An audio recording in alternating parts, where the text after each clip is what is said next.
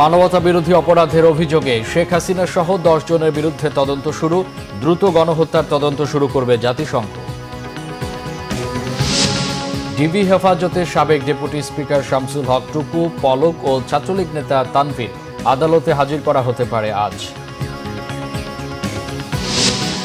বাংলাদেশে হিন্দু ও সংখ্যালঘু সম্প্রদায়ের নিরাপত্তা নিশ্চিতে প্রধান উপদেষ্টাকে পদক্ষেপ নেওয়ার আহ্বান মোদির। বললেন, ভারত বাংলাদেশের উন্নয়ন ও অগ্রগতির শুভাকাঙ্ক্ষী। দেখছিলেন সংবাদ শিরোনাম, এবার বিস্তারিত। বৈষম্য বিরোধী ছাত্র আন্দোলন চলাকালে 15 জুলাই থেকে 5 আগস্ট পর্যন্ত হওয়া হত্যা, গণহত্যা, নির্যাতন সহ মানবতা বিরোধী অপরাধের অভিযোগে সাবেক প্রধানমন্ত্রী শেখ হাসিনা সহ 10 জনের বিরুদ্ধে তদন্ত শুরু করেছে আন্তর্জাতিক অপরাধ ট্রাইব্যুনালের তদন্ত সংস্থা। বৃহস্পতিবার অভিযোগকারী আইনজীবী গাজী MH তামিম বিষয়টি নিশ্চিত করেছেন। তিনি বলেন, তদন্ত সংস্থা বুধবার রাত থেকে তদন্ত শুরু করেছে। এর আগে বুধবার শেখ হাসিনা সহ 10 জনের বিরুদ্ধে তদন্তের জন্য আন্তর্জাতিক অপরাধ ট্রাইব্যুনালে অভিযোগ করেন কোটা সংস্কার আন্দোলনে নিহত আরিফ আহমেদ সিয়ামের বাবা মোহাম্মদ বুলবুল করিম। তার পক্ষে সংস্থাটির প্রধান কোঅর্ডিনেটর বরাবর অ্যাডভোকেট গাজী MH তামিম এই আবেদন করেন। বাংলাদেশ আওয়ামী লীগ, বাংলাদেশ যুবলীগ ও ছাত্রলীগ সহ অঙ্গ সংগঠনকে এই অভিযোগে দায়ী করার আর্জি জানানো হয়েছে। বাংলাদেশে সাম্প্রতিক ছাত্র আন্দোলনের সময় বিক্ষোভকারীদের হত্যা করার বিষয়ে জাতিসংঘ শিগগিরই তদন্ত শুরু করবে। এদিকে আগামী সপ্তাহে ঢাকা আসবে স্বাধীন তদন্ত কমিটি দল, জানিয়েছেন আবাসিক প্রতিনিধি গুয়েন লুইস। জাতিসংঘের মানবাধিকার বিষয়ক প্রধান ভলকার তুর্কের বরাত দিয়ে প্রধান উপদেষ্টার প্রেস উইংয়ের এক প্রেস বিজ্ঞপ্তিতে বলা হয়েছে, ছাত্র আন্দোলনের সময় বিক্ষোভকারীদের হত্যা করার বিষয়ে তদন্তের জন্য খুব শিগগিরই জাতিসংঘের নেতৃত্বে একটি তদন্ত শুরু করা হবে। জাতিসংঘের বিশেষজ্ঞদের একটি দল শিগগিরই তদন্ত শুরু করতে চায় বাংলাদেশ সফর করবে। বাংলাদেশের প্রধান উপদেষ্টা অধ্যাপক মোহাম্মদ ইউনূসের সঙ্গে টেলিফোনে আলাপকালে জাতিসংঘের মানবাধিকার প্রধান ও এই মন্তব্য করেন। সরকারি চাকরিতে কোটা সংস্কার ও অধিকার প্রতিষ্ঠার লক্ষ্যে বাংলাদেশের ছাত্র আন্দোলনের প্রতি সমর্থন ব্যক্ত করার জন্য প্রধান উপদেষ্টা তাকে এবং তার দীর্ঘদিনের বন্ধু জাতিসংঘের মহাসচিব আন্তোনিও গুতেরেসকে ধন্যবাদ জানান। সাবেক ডেপুটি স্পিকার শামসুল হক টুকু, সাবেক প্রতিমন্ত্রী জুনাদ আহমেদ পলক ও ঢাকা বিশ্ববিদ্যালয় ছাত্রলীগের সাধারণ সম্পাদক তানভীর হাসান সৈকতকে ডিবি কার্যালয়ে রাখা হয়েছে। আদালতে তোলা হতে পারে আজ। এর আগে গোপন সংবাদের ভিত্তিতে গতকাল ঢাকা মেট্রোপলিটন পুলিশের খিলক্ষেত থানাধীন নিকুঞ্জ আবাসিক এলাকায় আত্মগোপনে থাকাবস্থায় আটক হন ডেপুটি স্পিকার শামসুল হক টুকু, সাবেক প্রতিমন্ত্রী জুনাদ আহমেদ পলক ও ঢাকা বিশ্ববিদ্যালয় ছাত্রলীগের সাধারণ সম্পাদক তানভীর হাসান সৈকত। তাদেরকে পল্টন থানায় করা মামলার গ্রেফতার দেখানো হয়েছে বলে জানিয়েছে ডিএমপি। আজ আদালতে হাজির করে রিমান্ড চাওয়া হবে। পদত্যাগ করেছেন ঢাকা ওয়াসার ব্যবস্থাপনা পরিচালক তাকসিম খান। বুধবার অনলাইন মাধ্যমে তিনি এই পদত্যাগপত্র পাঠিয়েছেন বলে জানা গেছে। পদত্যাগপত্রে অসুস্থতাজনিত কারণে ওয়াসার ব্যবস্থাপনা পরিচালকের দায়িত্ব পালন করতে অপারগতার কথা জানিয়েছেন।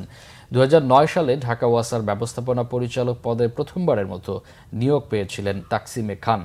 এরপর দফায় দফায় তার মেয়াদ বাড়তে থাকে। সর্বশেষ গত বছরের অগাস্টে সপ্তমবারের মতো ওই পদে আরও 3 বছরের জন্য নিয়োগ পান তিনি। তাকসিমে খান, তার স্ত্রী ও সন্তানেরা যুক্তরাষ্ট্রের নাগরিক। তিনি হয়তো যুক্তরাষ্ট্রে পাড়ি জমিয়েছেন বলে ধারণা করা হচ্ছে। বাংলাদেশের হিন্দু ও সংখ্যালঘু সম্প্রদায়ের নিরাপত্তা নিশ্চিতে প্রধান উপদেষ্টা ডক্টর মোহাম্মদ ইউনূসকে কার্যকরী পদক্ষেপ নেওয়ার আহ্বান জানিয়েছেন ভারতের প্রধানমন্ত্রী নরেন্দ্র মোদী। বলেছেন, বাংলাদেশের হিন্দুদের নিরাপত্তা নিয়ে উদ্বিগ্ন 140 কোটি ভারতবাসী। ভারতের 78তম স্বাধীনতা দিবস উপলক্ষে বৃহস্পতিবার সকালে লালকেল্লায় দেওয়া ভাষণে এই আহ্বান জানান মোদী।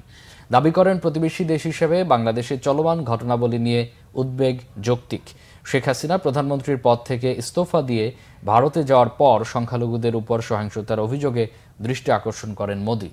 হিন্দু ও সংখ্যালঘুদের নিরাপত্তা নিশ্চিতে ব্যবস্থা গ্রহণের আহ্বান জানিয়ে তিনি আশা করছেন, খুব দ্রুত বাংলাদেশের পরিস্থিতি স্বাভাবিক হয়ে শান্তি ফিরবে। 2047 সালের মধ্যে উন্নত ভারত গঠনের অঙ্গীকার করেছেন তিনি। বলেছেন, মানবজাতির বিকাশ যাত্রায় বিশ্বাস করায় ভারত বরাবরই বাংলাদেশের উন্নয়ন ও অগ্রগতির শুভাকাঙ্ক্ষী। প্রধানমন্ত্রী হিসেবে লালকেল্লায় এ নিয়ে টানা 11 বার ভাষণ দিলেন মোদি। ভাষণের আগে বর্ণাঢ্য আয়োজনে নানা আনুষ্ঠানিকতায় অংশ নেন তিনি, শ্রদ্ধা জানান রাজঘাটে মহাত্মা গান্ধীর সমাধিতে। তার ভাষণ আর 6,000-এর বেশি দেশি বিদেশি অতিথির সুরক্ষায় কড়া নিরাপত্তা ব্যবস্থা গ্রহণ করে আইনশৃঙ্খলা বাহিনীর বিভিন্ন ইউনিট। পঞ্চগড়ের আটোয়ারি উপজেলার সেলিম শেখ নামের এক কাপড় ব্যবসায়ীর স্ত্রীসহ 2 ছেলেকে কুপিয়ে হত্যা করেছে দুর্বৃত্তরা। উপজেলার বলরামপুর ইউনিয়নের কুরুলিয়া গ্রামে বুধবার রাতে এই ঘটনা ঘটে।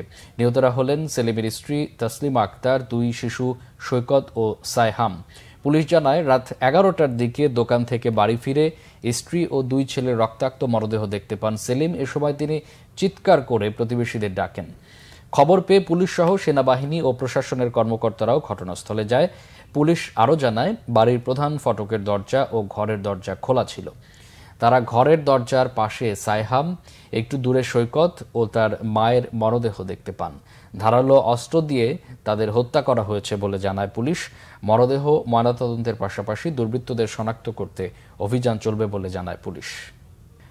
এক দফা দাবির আন্দোলনে গিয়ে গুলিবিদ্ধ পঞ্চগড়ের সাজু মিয়ার মৃত্যুতে পরিবারে চলছে শোকের মাতম। গত রবিবার রাতে ময়মনসিংহ মেডিকেল কলেজ হাসপাতালে চিকিৎসাধীন অবস্থায় মারা যান তিনি। এ ঘটনায় শোকে মুহ্যমান গোটা পরিবার। সরকারের কাছে সাজু হত্যার বিচার চেয়েছেন স্বজনসহ এলাকাবাসী।